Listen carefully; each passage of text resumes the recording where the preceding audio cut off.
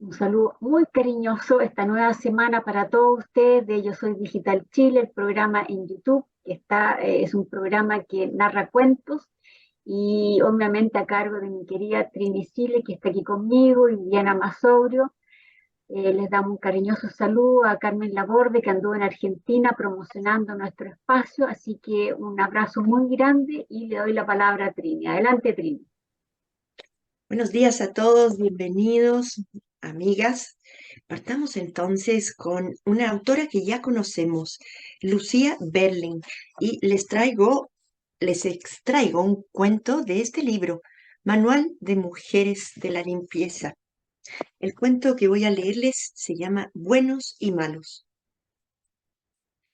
Las monjas pusieron mucho empeño en enseñarme a ser buena.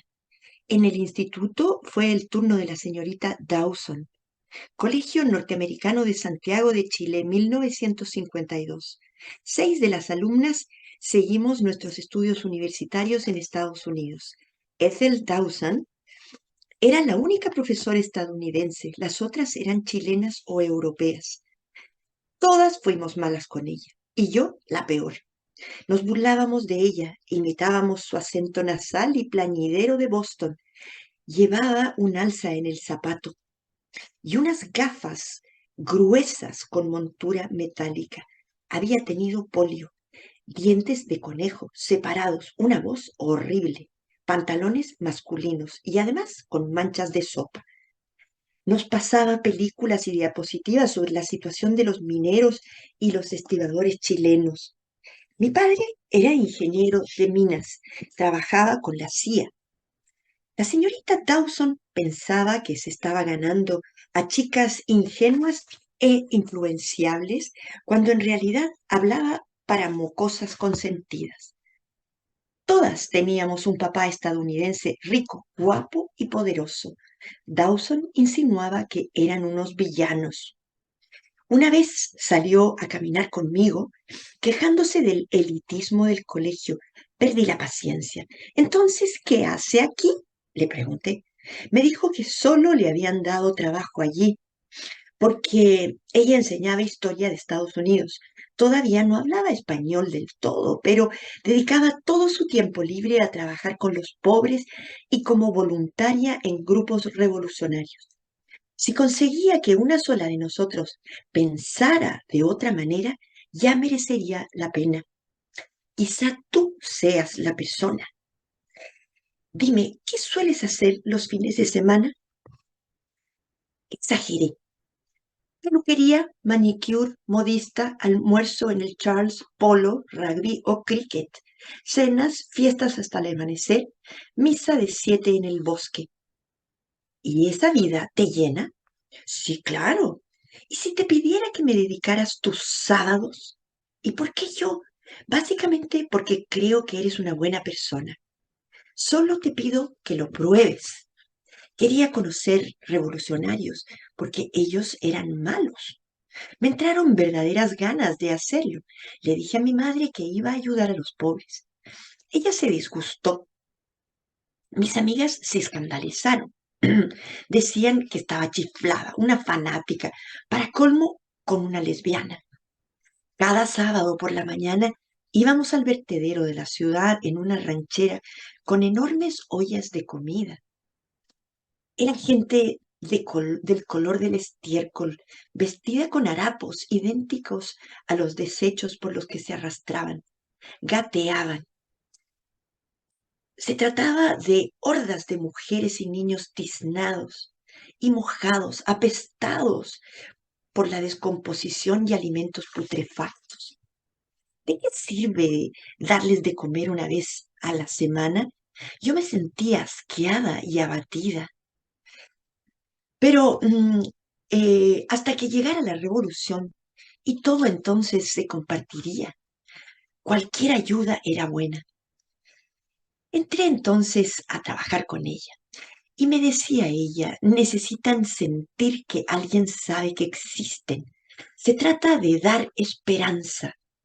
Si bien yo hablaba español, ellos empleaban un caló muy marcado y me costaba entenderlos. Todos hicimos turnos para comer las lentejas, beber chicha, un vino crudo, usando el plato y el vaso de quien ya hubiera terminado. Shh, aquí estamos, a título personal, por lo que más quieras, no digas quién eres, me dijo en inglés. Vaya. Después del almuerzo me llevó a El Niño Perdido, un orfanato en un viejo edificio de piedra cubierto de hiedra al pie de los Andes. Estaba a cargo de monjas francesas, adorables ancianas con tocas. Se trataba de niños deficientes, mongólicos, alzándose de puntillas con cada cucharada de gacha de avena. Todos eran huérfanos. Unos eran dementes, otros sordomudos, algunos sufrían quemaduras en todo el cuerpo. Bebés sifilíticos y mongólicos adolescentes. Quizás quieras leerles a los niños ciegos.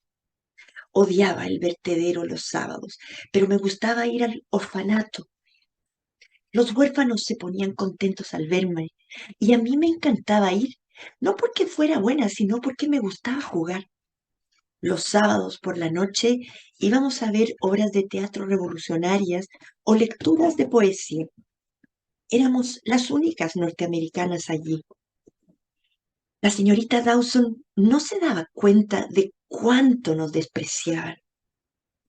Todos se burlaban de mis días con la señorita Dawson. Acompañé a esta señorita a una protesta obrera frente a la Embajada de Estados Unidos. Cuando un amigo de mi padre, Frank Weiss, me sacó de la multitud y me llevó al Hotel Crillon, estaba furioso. ¿Se puede saber qué haces aquí? Yo no sabía nada de política. Me dijo que para mi padre sería terrible que la prensa se enterara de que estaba involucrada en cosas como aquellas. Eso sí que lo comprendí.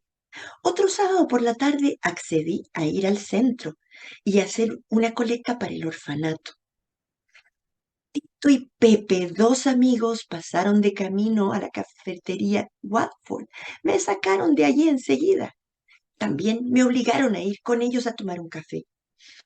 Eso aquí no se hace. Los pobres mendigan. Estás insultando a los pobres, me dijeron. Y desde luego no debes dejarte ver en público para nada con una mujer de esa orientación sexual. Eres demasiado joven, querida mía. No te das cuenta. Pero que no podía dejar a la señorita Dawson sola en la esquina. Ella estaba haciendo una buena campaña. Me dijo que era un error dejar que los hombres dictaran mis actos una vez que le conté de esto. Decidí en un momento que no iría más. Sería un error que volviera a una vida completamente egoísta. Pero es su lucha, no la mía. Se fue cojeando a llorar al lavabo. Nos dispensó por el resto del día. Las chicas me provocaban, decían que le había roto el corazón a la señorita Dawson. Eso me confundió y me irritó mucho. Hacía viento. El último día que fui al vertedero, habíamos acordado ir esa tarde a una reunión de obreros en las afueras de la ciudad. Se puso un vestido de tirante sin sujetador.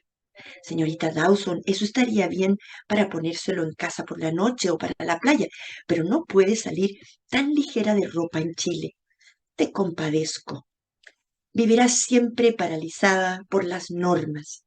Hoy es un día de mucho calor y me siento cómoda con este vestido. Bueno, pues a mí no me hace sentir cómoda. La gente nos diría groserías. Tomamos varios autobuses.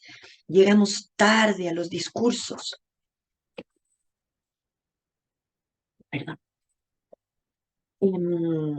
Todo el mundo estaba muy borracho. Como me temía, miraban con ojos desorbitados los hombros desnudos y la marca de los pezones de la señorita Dawson. ¿Qué hacíamos allí? Intentó explicarles que estaba en el Partido Comunista, pero en lugar de por el partido, ella brindaba a cada momento por la fiesta, así que los otros brindaban a su vez por la fiesta. Tenemos que irnos, le dije, pero se limitó a mirarme boquiabierta y achispada. El hombre sentado a mi lado me lanzaba insinuaciones sin mucho entusiasmo, pero me preocupaba más el grandulón borracho que había al lado de la señorita Dawson. Ella se reía sin par hasta que el hombre empezó a manosearla y a besarla. Y entonces ella se puso a chillar.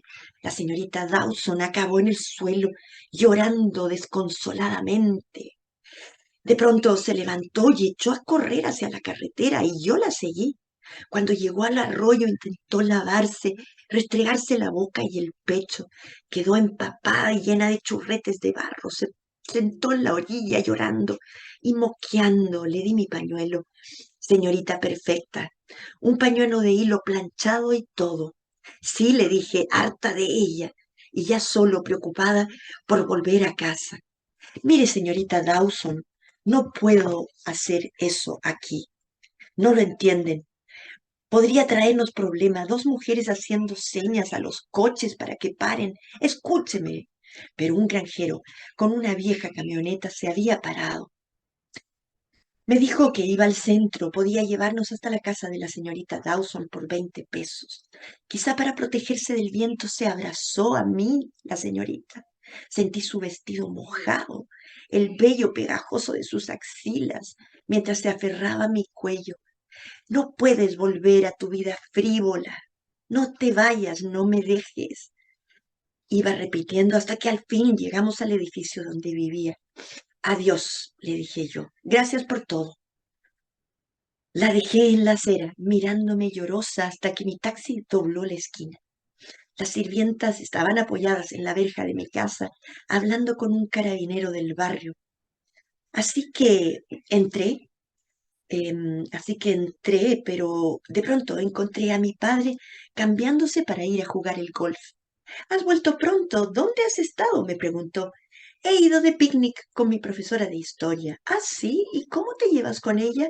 Bien, es comunista. Se me escapó. Ni siquiera lo pensé. Había sido un día horrible. Estaba harta de la señorita Dawson, pero no hizo falta más. 3 palabras a mi padre, la despidieron ese mismo fin de semana y nunca más volvimos a verla. Nadie más supo lo que había pasado. Las otras chicas se alegraron de que se marchara. Desde entonces nos quedaron horas libres entre clase y clase, aunque habríamos de ponernos al día en historia de Estados Unidos cuando llegáramos a la universidad. No había nadie con quien hablar, a quien decirle que lo sentía. Este es uno de los tantos cuentos muy bien logrado de Lucía Berling, de quien vamos a ir hablando, pero sin más lectura, yo le cedo la palabra a, a Viviana. Adelante, Viviana. Gracias, Trini. Sí, mi encuentro con Manual de Mujeres de Limpieza fue muy divertido porque llegó a la biblioteca y yo digo, ¿y esto de qué trata? Sobre todo el- el- la palabra manual, ¿no? Que siempre es como un ordenador, normas, pautas. Y me encontré con una eh, antología de aventuras, de experiencias de Lucía Berling, que pasó por muchas cosas. eh, También fue una mamá que debió justamente hacer aseo para poder mantener a su familia, y vivió en distintos lugares, hablando español, hablando inglés.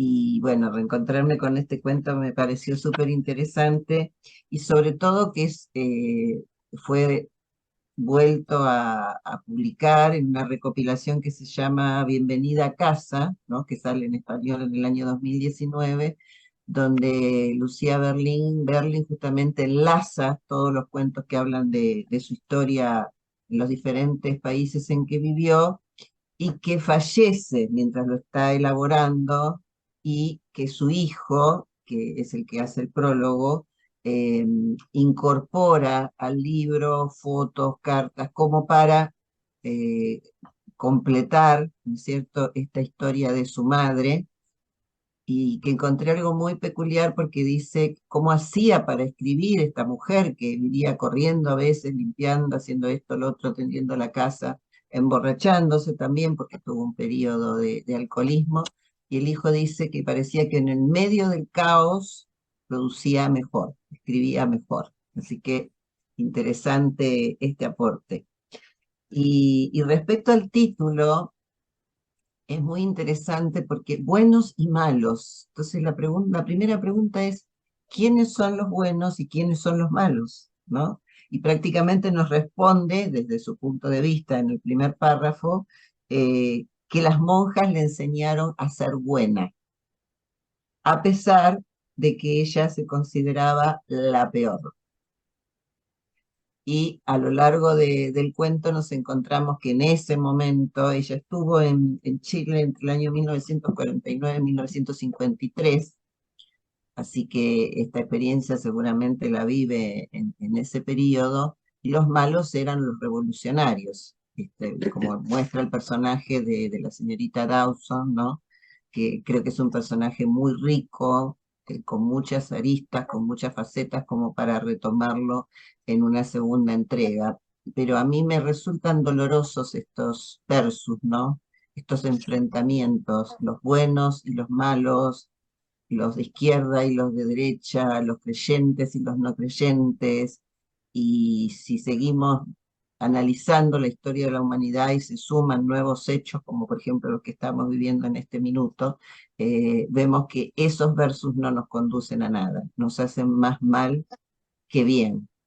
Y de alguna manera el cuento también lo muestra, porque cuando ella etiqueta, ¿no?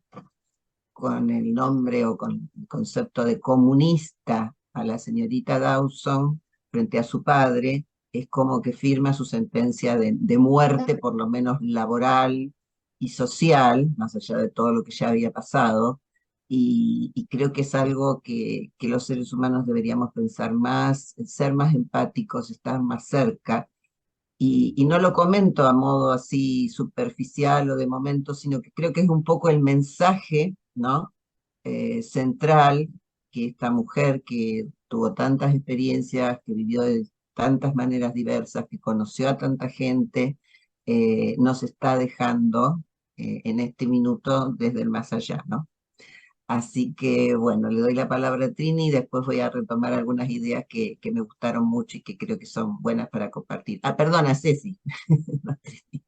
Gracias, Vivi. Sí, la verdad que yo voy a hablar bien cortito en honor al tiempo, que Vivi se tiene que ir rapidito. Se me apretó también el corazón porque uno ve pobreza, riqueza, realidades totalmente distintas que en esa época se daban mucho y hoy día tal vez nos hemos distanciado un poco. Pero lo que me llamó la atención que la autora dice bueno, esta chica, la que tenía, era rica, le dice a Dawson, no es suficiente entregar suministro una vez por semana, y ella se da cuenta de eso a pesar de que vive en otro mundo. Y Dawson le dice, pero hay que dar esperanzas. Son mensajes que de repente te dejan pensando, porque claro, tal vez no le importaba mucho ir a dar comida, pero sí el mensaje de la autora es que era solamente ir a dar esperanza. La verdad que de esperanza no vive la gente pobre, entonces como que se aprieta un poquito el corazón. También habla de que no eran bienvenidas, al final tampoco, o sea, por más que iban a ayudar una vez a la semana, no eran bienvenidas, y se me imagina que la autora quiere reflejar muy bien esa situación, de descontento laboral, una minería que contrataba obra minera barata, beneficios que contrataban a un tercero y ese tercero no les daba el beneficio. Y bueno, era una lucha, parece que de la Dawson, pero no era una lucha con el cartel de comunismo, era una lucha porque la verdad que ella iba a la fiesta, se emborrachaba, lo pasaba bien, no era una lucha propiamente tal de un partido político, creo que por ahí va. Así que le devuelvo la palabra a Trini. Adelante, Trini. Bueno, sí, qué bueno que analicemos a esta mujer que volvió un poco a la vida literaria gracias a las segundas publicaciones que hicieron sus hijos. Tuvo una vida muy afectada, accidentada, una infancia tristísima que obviamente que la marcó y le condicionó su vida. Efectivamente, ella nace en Alaska, allí en una lejana tierra de Juneau en 1936, y ya a los 2 años el padre, que era ingeniero en minas, le toca viajar por temas de negocio y dejar a la madre y a la hija en gran parte abandonadas en ese pueblo. Y es allí el momento en que la madre inicia una vida hacia el alcohol, refugiándose un poco por el abandono del marido. Tiene una vida muy dura porque su madre efectivamente cae en un vicio que la hace ser muy hostil con esta niñita, la deja muy botada. Su obra es muy autobiográfica y después, bueno, ella misma, la niña, se empieza a sentir muy sola también. Y lo dice a cada rato, siempre en sus libros, lo que está haciendo es buscando su casa. Em, bueno, en un momento dado al padre le toca venir aquí a Chile en una misión seguramente de negocios. No estoy segura si relacionada con temas de política internacional.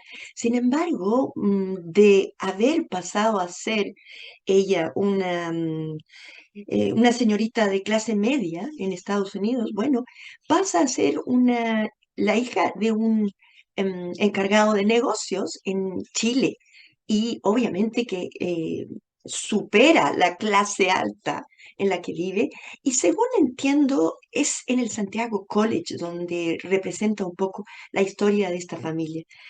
Dice un colegio acomodado en el barrio alto. En algún momento también se pensó que era el Villa María. Da lo mismo. Lo interesante es que la presencia de esta niñita tan linda, que se las voy a mostrar, en el momento en que llega a Chile, es ella. Espérenme, que está un poquito lento. Es ella bueno, la mujer que le toca viajar por el mundo por el trabajo del padre. Como verán, allí aparece ella y nace allí, en ese extremo norte, en Norteamérica, ¿no? Pero bueno, ella viniendo a Chile hace algunas amistades, sí, se siente muy cómoda en un lugar, en una casa preciosa, muy bien instalada en medio colegio, en un colegio muy acomodado en Santiago. Tiene relaciones, mucha gente la conoció, de hecho lo han ido diciendo. ¿Qué es lo que ella quiere hacer en su literatura?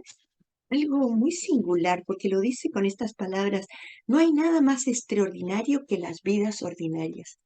Y efectivamente, en esos años en que vivió ella en Chile, bueno, la experiencia social, político-social de Chile, a ella le impacta, le llama muchísimo la atención y da cuenta de un hecho y de un experimento que hicieron también muchos colegios de Santiago en momentos difíciles entre los años 60, 70, en que se quería explorar la posibilidad de vincularse más al tema de la miseria, de la pobreza, con el fin de crear algo de sensibilidad en estas jovencitas que vivían tan bien, pero que estaban enceguecidas en la burbuja en la que vivían.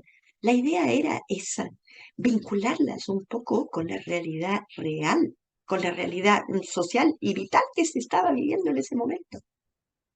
Entonces, naturalmente que ella fue una de las que cayó en esta experimentación que quiso hacer esta chiquilla, esta señorita, que representaba un poco esas ansias modernas de acercarnos a temas de la pobreza y tratar de cooperar y despertar la esperanza, como tú decías, ¿no? Pero esta niña se da cuenta en su momento que la verdad que una vez por semana y de la manera en que lo está haciendo no sirve. Quizás habría que hacerlo a través de grupos de cooperación social, de fundaciones, que manejaran mejor el tema y no experimentaran de la manera en que lo hacen. Estoy pensando en un hecho corto que lo hicieron en el Colegio Saint George, que también tiene alguna relación con esto, en que importaban a alumnos de bajos ingresos y de sectores muy alejados, muy precarios además, a que convivieran con los chiquillos del colegio y se produjera así un intento social de nivelar o de que unos conocieran a través de estos niños a otros sectores y que ellos mismos trataran de aprovechar mejores condiciones académicas. pero resultó siendo un fracaso. Eso no tuvo buen fruto, no. Pero bueno, eran tiempos difíciles en que efectivamente la pobreza era tal que muchos personajes, profesores, guías, psicólogos, sociólogos, bueno, incluso en el medio de la misma política, se hacía un poco de servicio social tratando de generar sensibilidad.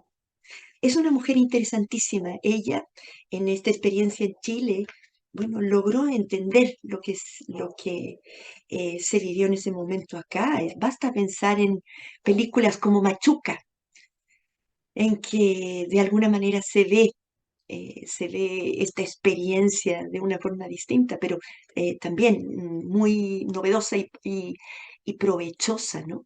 Que despertó también alguna reacción en medio de nuestro sector.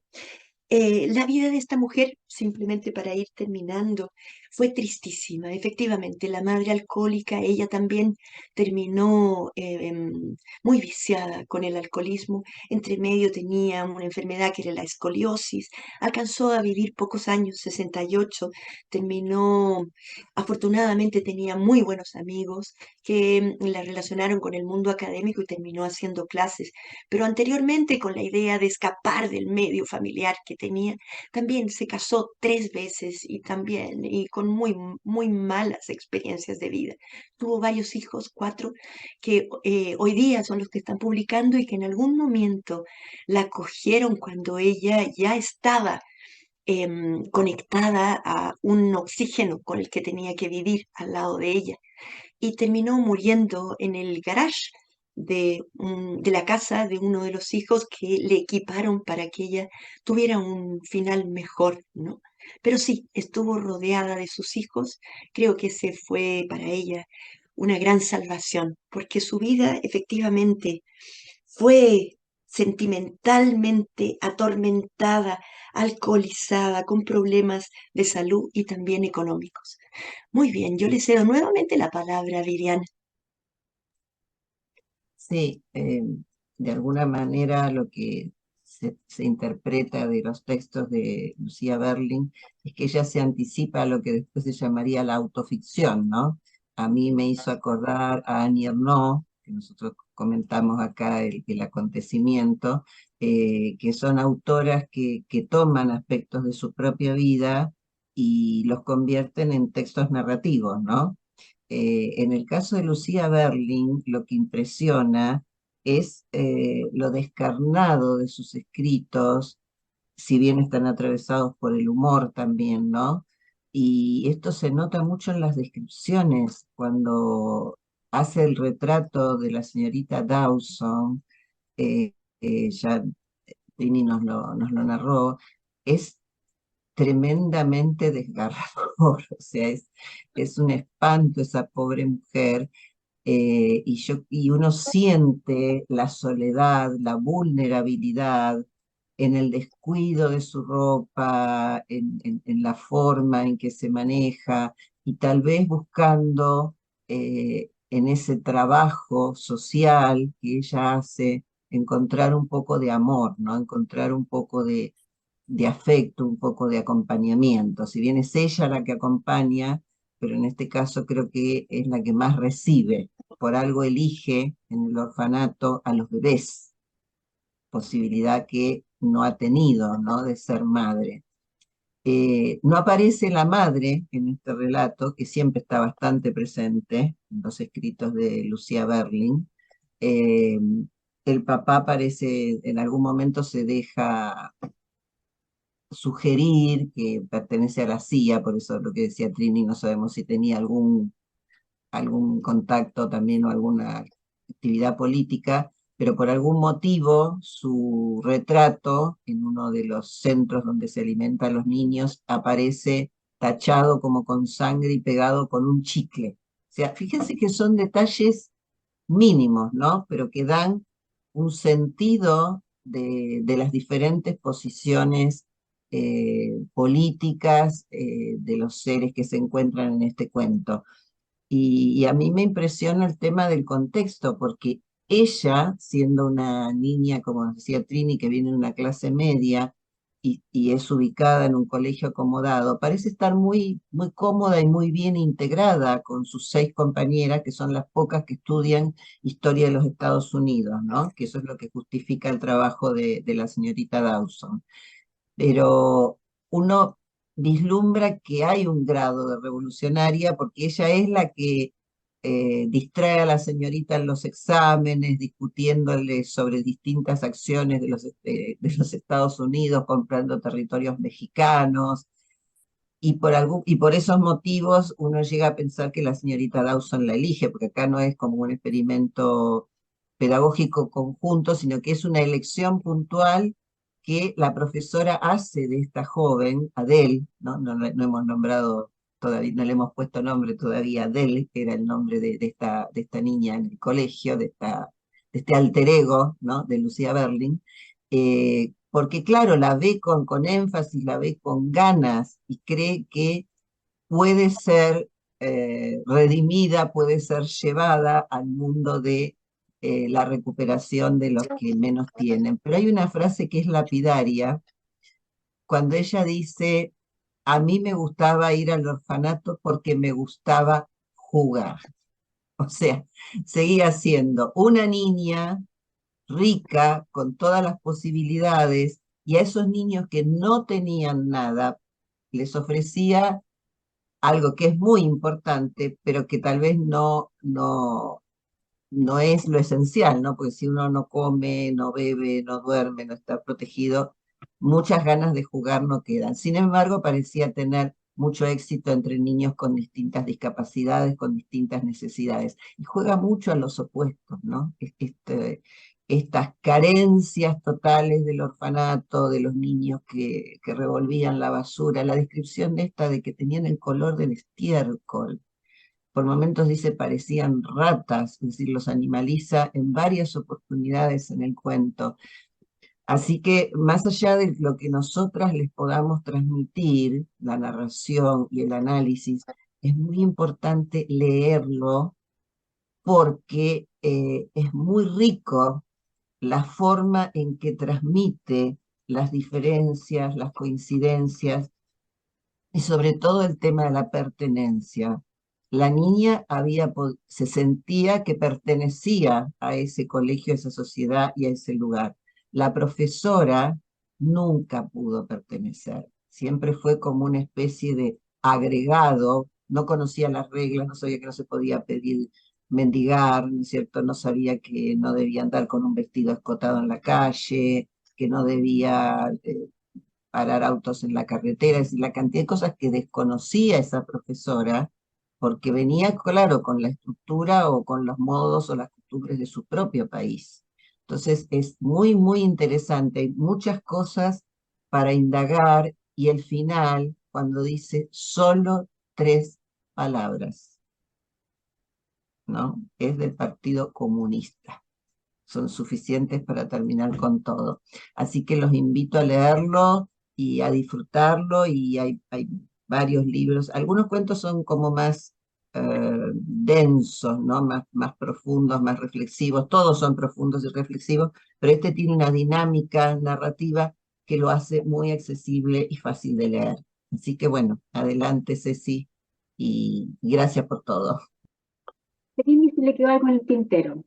Sí, a propósito de lo último que mencionó Viviana, porque no quiero irme sin referirme también al aspecto formal. Es una gran escritora que por suerte se la ha redescubierto porque efectivamente ha dejado grandes producciones. Sus cuentos son estupendos, muy bien logrados, muy bien construidos arquitectónicamente, porque primero atrapan al lector desde el primer momento y nos imbuye en la historia que está contando de una manera entretenidísima.